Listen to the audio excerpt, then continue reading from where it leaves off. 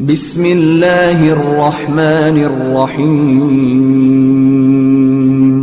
شروع اللہ کا نام لے کر جو بڑا مہربان نہایت رحم والا ہے۔ الف لام میم، یہ حکمت کی بھری ہوئی کتاب کی آیتیں ہیں، نیکوکاروں کے لیے ہدایت اور رحمت، وہ جو نماز کی پابندی کرتے اور زکوٰۃ دیتے ہیں، اور وہی ہیں جو آخرت کا یقین رکھتے ہیں، یہی اپنے پروردگار کی طرف سے ہدایت پر ہیں اور یہی کامیاب ہیں۔ اور لوگوں میں بعض ایسا ہے جو بیہودہ حکایتیں خریدتا ہے تاکہ لوگوں کو بے سمجھے اللہ کے راستے سے گمراہ کرے اور اس سے ہنسی کرے، یہی لوگ ہیں جن کو ذلیل کرنے والا عذاب ہوگا۔ اور جب اس کو ہماری آیتیں سنائی جاتی ہیں تو اکڑ کر منہ پھیر لیتا ہے، گویا ان کو سنا ہی نہیں، جیسے اس کے کانوں میں ثقل ہے۔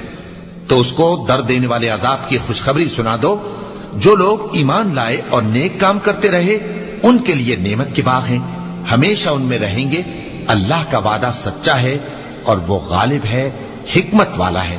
اسی نے آسمانوں کو ستونوں کے بغیر پیدا کیا جیسا کہ تم دیکھتے ہو، اور زمین میں پہاڑ بنا کر رکھ دیے تاکہ وہ تم کو لے کر ڈولنے نہ لگے، اور اس میں ہر طرح کے جانور پھیلا دیے۔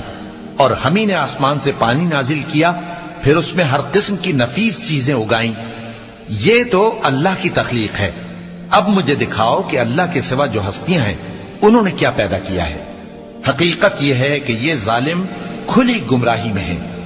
اور ہم نے لقمان کو دانائی بخشی کہ اللہ کا شکر کرو، اور جو شخص شکر کرتا ہے تو اپنے ہی فائدے کے لیے شکر کرتا ہے، اور جو ناشکری کرتا ہے تو اللہ بھی بے نیاز ہے، لائق حمد و ثنا ہے۔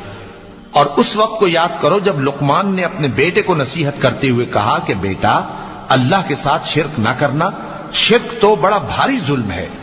اور ہم نے انسان کو، جسے اس کی ماں تکلیف پر تکلیف سہ کر پیٹ میں اٹھائے رکھتی ہے، پھر اس کو دودھ پلاتی ہے، اور آخر کار 2 برس میں اس کا دودھ چھڑانا ہوتا ہے، میں نے تاکید کی ہے کہ میرا بھی شکر کرتا رہے اور اپنے ماں باپ کا بھی، کہ تم کو میری ہی طرف لوٹ کر آنا ہے۔ اور اگر وہ دونوں تجھ پر زور ڈالیں کہ تو میرے ساتھ کسی ایسی چیز کو شریک کرے جس کا تجھے کچھ بھی علم نہیں، تو ان کا کہا نہ ماننا، ہاں دنیا کے کاموں میں ان کا اچھی طرح ساتھ دینا، اور جو شخص میری طرف رجوع لائے اس کے راستے پر چلنا، پھر تم کو میری طرف لوٹ کر آنا ہے، تو جو کام تم کرتے رہے ہو سب سے تم کو آگاہ کر دوں گا۔ لقمان نے یہ بھی کہا کہ بیٹا، اگر کوئی عمل چاہے رائی کے دانے کے برابر بھی چھوٹا ہو، اور ہو بھی کسی پتھر کے اندر یا آسمانوں میں مخفی ہو یا زمین